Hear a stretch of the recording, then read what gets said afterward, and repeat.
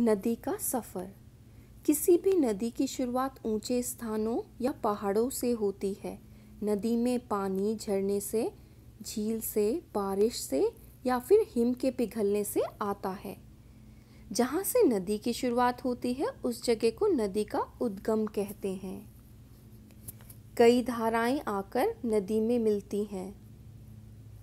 पहाड़ी क्षेत्र में ढाल अधिक होने के कारण नदी का बहाव तेज होता है, जिससे नदी गहरी घाटी वी आकार की घाटी बनती है।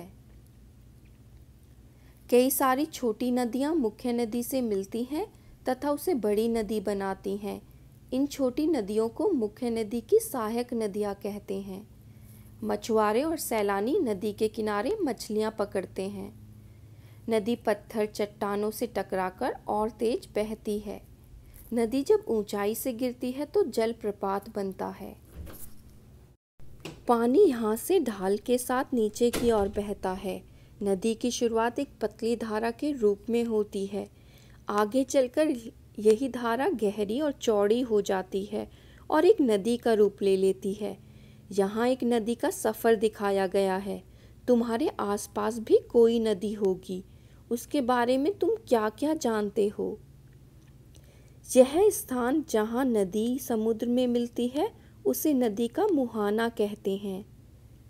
नदी अपने साथ खूब सारी रेत और मिट्टी लाती है। नदी समुद्र में मिलने से पहले अपनी रेत और मिट्टी समुद्री किनारे पर छोड़ जाती है। जब कम ढाल होने के कारण बहाव बहुत ही कम हो जाता है तो नदी घुमावदार रास्ते बनाती है, जिसे नदी विसर्प मियंडर कहते हैं। नदी यहाँ गहरी और चौड़ी है।